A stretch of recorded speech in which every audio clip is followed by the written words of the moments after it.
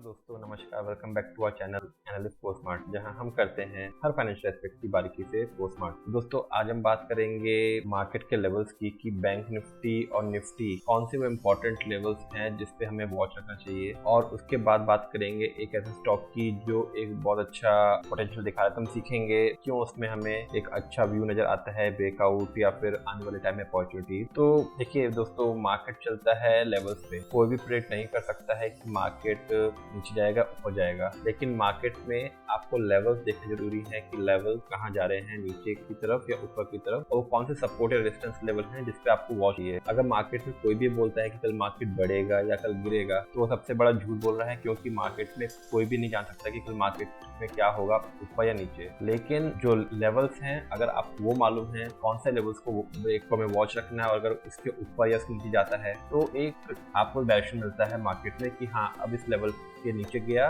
तो मतलब आने वाले टाइम में थोड़ा और नीचे आ सकता है इस लेवल तक, या अगर इस लेवल को ऊपर ब्रेकआउट दिया ऊपर में इस लेवल्स तक आपका मार्केट जाता है, तो आपको लेवल्स को वॉच रखना है, उनको मार्क कर रखना चाहिए। आज हम सीखेंगे कैसे वो लेवल्स निफ्टी में अभी नजर आ रहे हैं, और उस बेसिस पे कि मार्केट किस डायरेक्शन में जा रहा है या कौन से लेवल्स हैं, उसके बेसिस पे एक स्टॉक जो हमें जिसके बारे में हम सीखेंगे कि उसमें क्या ब्रेकआउट या ब्रेकडाउन नजर आ रहा है। और दोस्तों, उससे पहले अगर आपने चैनल अभी लाइक एंड सब्सक्राइब नहीं किया है तो प्लीज लाइक एंड सब्सक्राइब, क्योंकि इस चैनल पे हम ऐसे स्टॉक्स के बारे में सीखते हैं, ऐसे पैटर्न्स को सीखते हैं जो स्टॉक किसी न किसी फॉर्म में ब्रेकआउट ब्रेकडाउन दे रहे होते हैं, चाहे वो टेक्निकल हो, चाहे फंडामेंटल बेसिस पे, चाहे न्यूज बेस पे हो।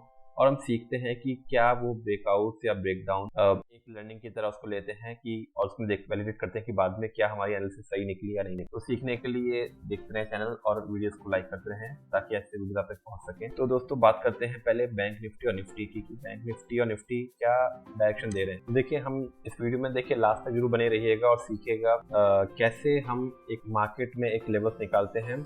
तो बहुत ही अच्छी लर्निंग होगी। तो हम इसकी सारी ड्राइंग्स रिमूव कर देते हैं, और ये वीकली चार्ट है हमारा। तो हमारा निफ्टी का वीकली चार्ट है। अब देखिए, निफ्टी में हमारे दो इंपॉर्टेंट इवेंट्स आए। एक आया था 2008 का मार्केट डाउन, देखिए वाला जो था मार्केट, जिसमें मार्केट ने क्रैश किया था, और उसके बाद एक कोविड वाला। तो ये दो हमारे इंपॉर्टेंट इवेंट्स रहे हैं मार्केट में। तो हम इसके बेसिस पे मार्केट को समझेंगे निफ्टी अभी कैसा, क्या ब्रेक किस लेवल पे है, क्या वो हायर जोन पे है या लोअर जोन पे है, या फिर ब्रेकआउट या ब्रेकडाउन की। तो हम क्या करते हैं, ट्रेंड लाइन ड्रॉ करते हैं निफ्टी की पहले। तो जो 2007 का हाईएस्ट जब मार्केट था वो एक पॉइंट हमने ले लिया, और उसके बाद मार्केट, वो चार्ट लेते हैं।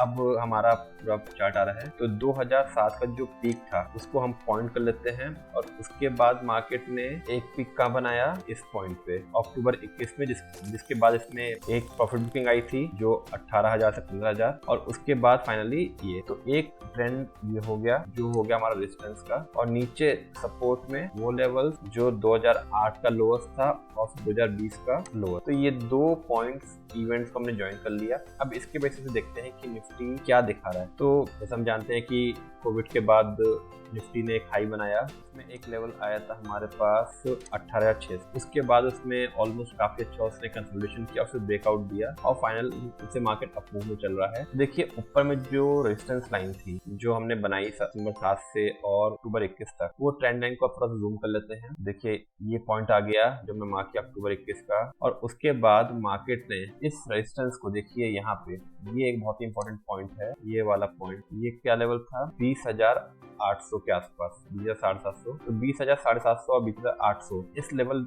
बहुत इंपॉर्टेंट लेवल था जिसको इसने ब्रेक किया, और वहां से एक बहुत ही शानदार रैली आई मार्केट में जो हम सबने देखा। और उसके बाद मार्केट ने एक हाई बनाया जो रहा 22,000 के, जिसपे अब मार्केट ब्रेकआउट की कोशिश कर रहा है, या कंफर्मेशन में जा रहा है या नीचे जा रहा है, वो देखेंगे। और नीचे की तरफ हमने जो सपोर्ट लाइन बनाई थी जो दोनों इवेंट्स के लोअर्स थे, देखिए वहां से बहुत नीचे है वो, तो उसका कोई मतलब नहीं है हमें अभी सपोर्ट का। अब क्योंकि मार्केट ने रेजिस्टेंस लाइन को ब्रेक कर दिया है, तो जो रेजिस्टेंस लाइन है वो अब एक आपकी सपोर्ट लाइन बन गई, बहुत ही इंपॉर्टेंट सपोर्ट लाइन बन गई है, क्योंकि मार्केट ने यहाँ ब्रेक किया रेजिस्टेंस को। और कितने, करीब 12-13 साल का देखिए सपोर्ट रेजिस्टेंस लाइन थी, जनवरी 8 से लेके 13 सितंबर 21 तक। तो ऑलमोस्ट 12-13 साल की रेजिस्टेंस लाइन को इसने ब्रेक किया यहाँ पे। अब ये रेजिस्टेंस लाइन इसका सपोर्ट बन गया। तो अब अगर मार्केट नीचे आता भी है, वो कहाँ पे सपोर्ट लेगा, इस रेजिस्टेंस लाइन पे। तो देखिए कौन सा लेवल्स निकलता है रेजिस्टेंस लाइन के ऊपर, अब इसको जूम कर ले। तो अगर हम इसकी बात करें तो ये आता है 20,800। तो 20,800 एक बहुत ही इंपॉर्टेंट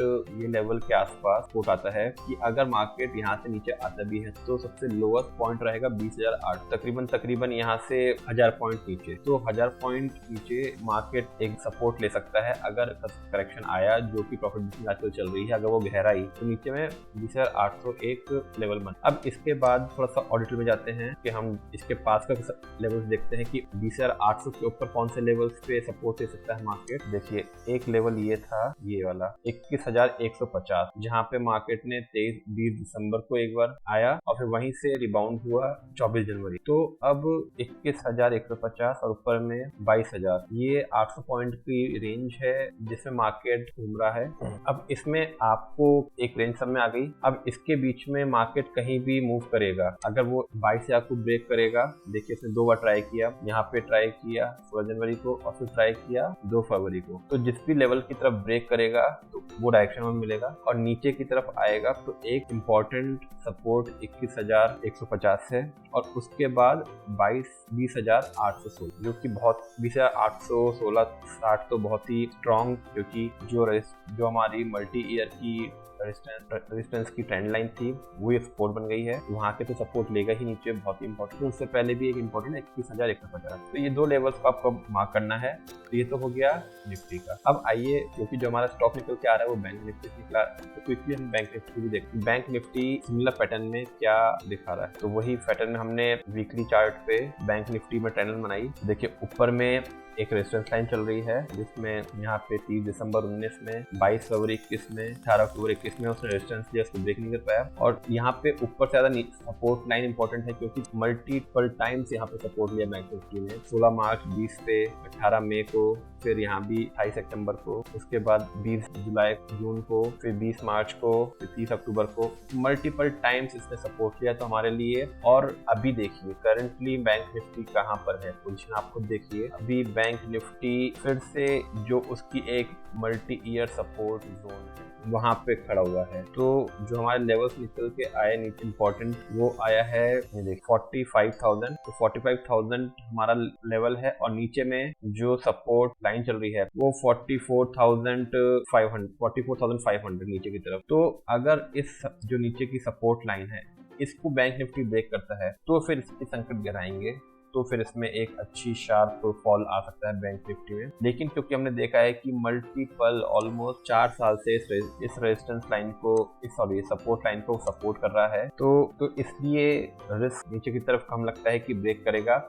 और देखिए जब इसने इस सपोर्ट लाइन को टच किया वहां से अच्छा रिबाउंड दिया है और अच्छा मार्केट बैंक निफ्टी ने ऊपर की तरफ जंप दिखाया। तो देखिए हमेशा यहाँ पे या तो ऊपर रेजिस्टेंस तक गया, फिर यहाँ पे हुआ तो फिर ऊपर ऑलमोस्ट गया और हर बार ये एक अपवर्ड चैनल की तरफ मूव कर रहा है। तो बैंक निफ्टी में देखना है कि अगर मार्केट टूटता है और ये भी सपोर्ट लाइन को ब्रेक करता है तो इसमें एक डाउनवर्ड दिखता है। लेकिन अगर ये फिर से यहाँ से बाउंड करता है बैंक निफ्टी तो फिर ये ऊपर की तरफ एक, जिसमें ऊपर की तरफ इसका होगा 51,000 की तरफ बैंक निफ्टी मूव कर सकता है अगर यहाँ से बाउंड करता है। तो ये तो हो गया हमारा निफ्टी और बैंक निफ्टी के लेवल। अब क्योंकि निफ्टी एक जगह ढूंढ रहा है, एक रेंज बाउंड हो सकता है, काफी टाइम चले एक रेंज के अंदर कर गया है, लेकिन बैंक निफ्टी इस समय एक सपोर्ट लेवल पे है। तो बैंक निफ्टी में एक अपॉर्चुनिटी हम ढूंढ और ऐसी एक शेयर जो नजर में आ रहा है उसको हम सीखेंगे क्योंकि उसमें एक अच्छा अपॉर्चुनिटी दिखती है। तो स्टॉक का नाम है कैनरा बैंक। तो कैनरा बैंक में कुछ देखिए, कैनरा बैंक में कुछ अच्छी न्यूज़ें आ रही हैं। 26 फरवरी को एक तो इसका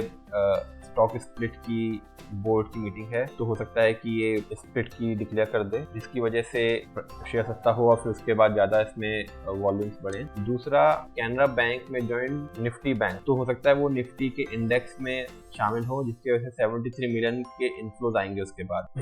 तो ये 2 बहुत ही अच्छे न्यूज है कैनरा बैंक के लिए। और क्योंकि बैंक निफ्टी हमारे एक सपोर्ट की तरफ है तो सपोर्ट पे लेना हमेशा अच्छा रहता है। और खासकर हमें क्यों अच्छा लग रहा है कैनरा बैंक, उसका रीजन समझते हैं। ये कैनरा बैंक का वीकली चार्ट है। देखिए कैनरा बैंक ने एक हाई बनाया था 800 रुपए का नवंबर 10 में, और तब से कॉन्स्टेंटली देखिए नीचे आता रहा और नीचे में ऑलमोस्ट कहाँ तक आया, ये 100 रुपए तक ऑलमोस्ट आया, 66 रुपीज तक नीचे आया। अब 66 के बाद उसने एक अपवर्ड रैली चालू करी, जिसमें सिमिलर फैशन में बात करी, एक चैनल बनाते हुआ ऊपर चला, और अब देखिए इसने जैसे चैनल्स को ब्रेक किया यहाँ पे, तो उसने एक शार्प अप मूव आया, काफी अच्छी रैली देखी। अब वो रैली ने क्या किया है, जो इसका मल्टी ईयर हाई था, देखिए ये वाला जो हाई लेवल था जो मार्च 12 में आया था अराउंड 549 रुपीज, उसको ब्रेक करा है। अब उसके बाद ब्रेक करने के बाद में हमारा नीचे की तरफ 550 रुपए उसका एक सपोर्ट हो गया, और ऊपर की तरफ देखिए अगला जो टारगेट दिखता है वो 643 रुपीज। तो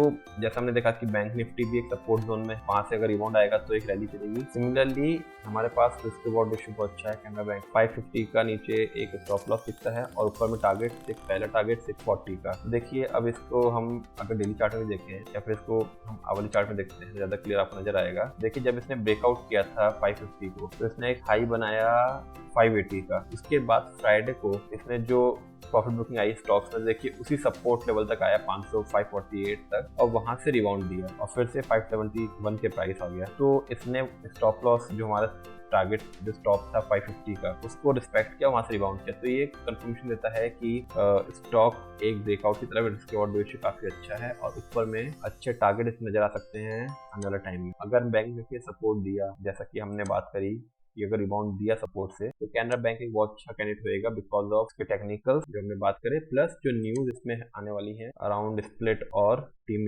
बैंक निफ्टी में इसका शामिल। तो ये कुछ रीजन थे और मार्केट की समझ से। होप आपको ये एनालिसिस समझ में आई होगी, अच्छा लगा होगा आपको, तो समझ आएगा। और दोस्तों प्लीज लाइक एंड सब्सक्राइब अगर आपको ये वीडियो अच्छा लगा, और ऐसे वीडियो आप तक पहुंच सके इसके लिए प्लीज कमेंट। और अगर आपको भी ऐसे कोई वीडियोस, ऐसे कोई स्पेसिफिक स्टॉक के बारे में लगता है कि ये ब्रेकआउट दे रहा है, तो बताइए, कमेंट करके लिखिए, हम उस पर वीडियो बना के समझेंगे कि क्या वो ब्रेकआउट दे रहा है या नहीं दे रहा है। Thank you.